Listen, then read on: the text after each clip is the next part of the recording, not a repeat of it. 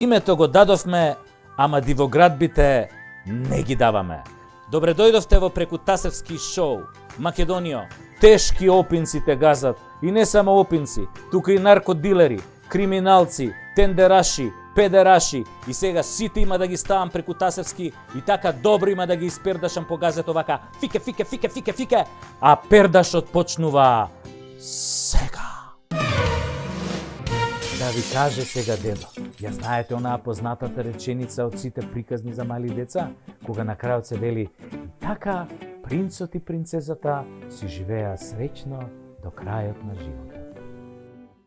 Па бидејќи и овој наш живот е бајка, прекрасен љубав, полн со ликови како од приказните, нормално тука не исклучувајќи ги вештирките, монструмите, змеовите, канибалите, бабарогите и другите битанги, нели како приказните, би било интересно како би звучеле краевите на приказните за нашите познати политичари.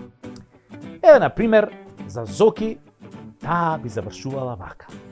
И така Зоки си лажеше среќно до крајот на својот живот. За Шилегов, на пример, би завршила вака. И така си пиеше среќно до крајот на животот. За Оливер Спасовски, на пример, би завршила вака.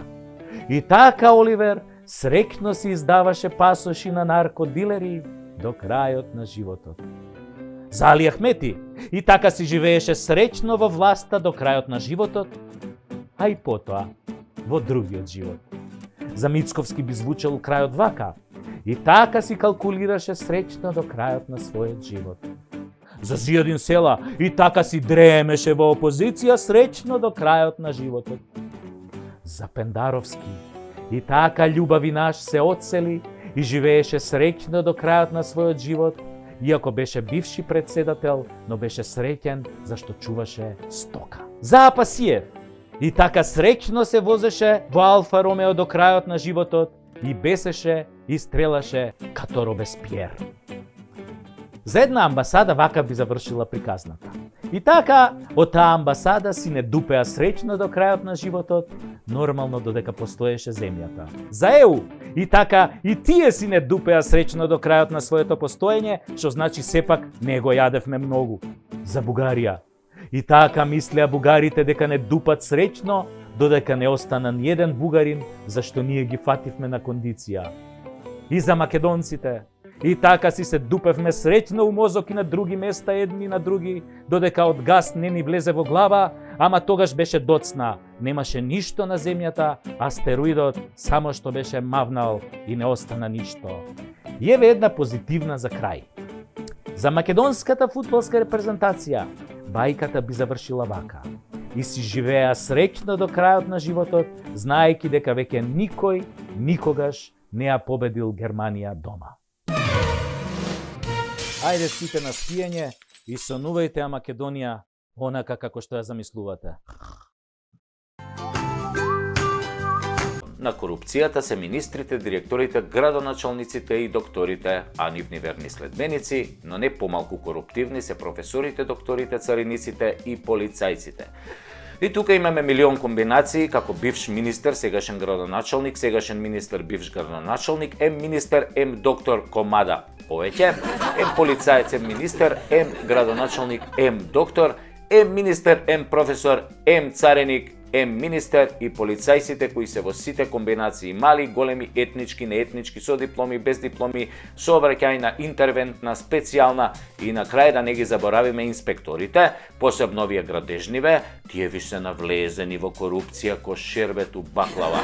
Тоа се тие ликови кои се светата аура на корупцијата во Македонија.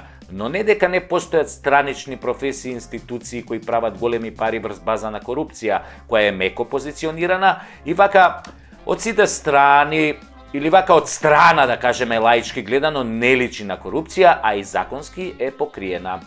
Пример број 1. Како може во Македонија од сите автошколи, во сите комисии за полагање, во сите градови да се положи возачкиот испит дури по 4 пати повеќе и не постои ни еден возач, барем во изминативе 10 години, барем да го расипе просекот и да положи од прва, втора, трета. Дури и тие со најдебелите врски го добиле одговорот. Во рете знае да вози, но ќе положи од 4 пат. Што? Затоа што се држи класичен коруптивен монопол во кој немаш избор, сведен си на единствена опција да положиш од 4. А положувањето од 4, макар ти се викал и Макс Вестерпан, значи дека си со коруптивна финта покриена законски, ти ќе оставиш во комисијата и автошколата уште 20.000 денари. А погодете кој дели од тие пари? Па веројатно комисијата, која излегува на лице место што нормално се плаќа и секогаш првите 3 пати ти вади пешак кој не си го видел. И покрај тоа што ова беше обелоденето од страна на еден кандидат кој снимал што се случувало за време на неговото полагање, со години нема никаква интервенција од институциите и македонските граѓани во Европа се познати како најголеми повторувачи. Веројатно таму е дојдено и она IQ 80 што во превод значи екстремно глупи. Не можат еден возач ки бе да положи. Не се.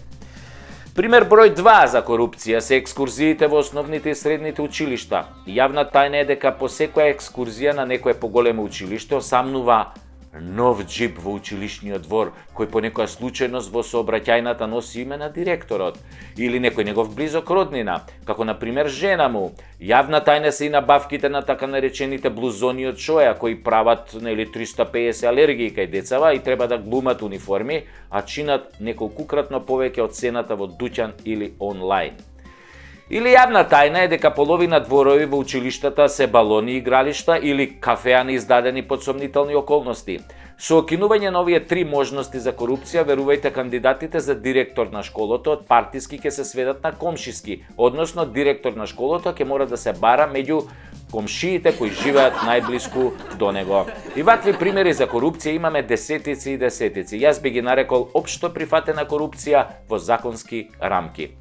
Никој не се буни, сите си плаќаат, си викаат јас ли сум тој што ќе таласа, нека таласа некој друг. И денар по денар, и илјадарка по илјадарка, 20 до 30 илјади. Малку се, ама многу се кога ви требаат.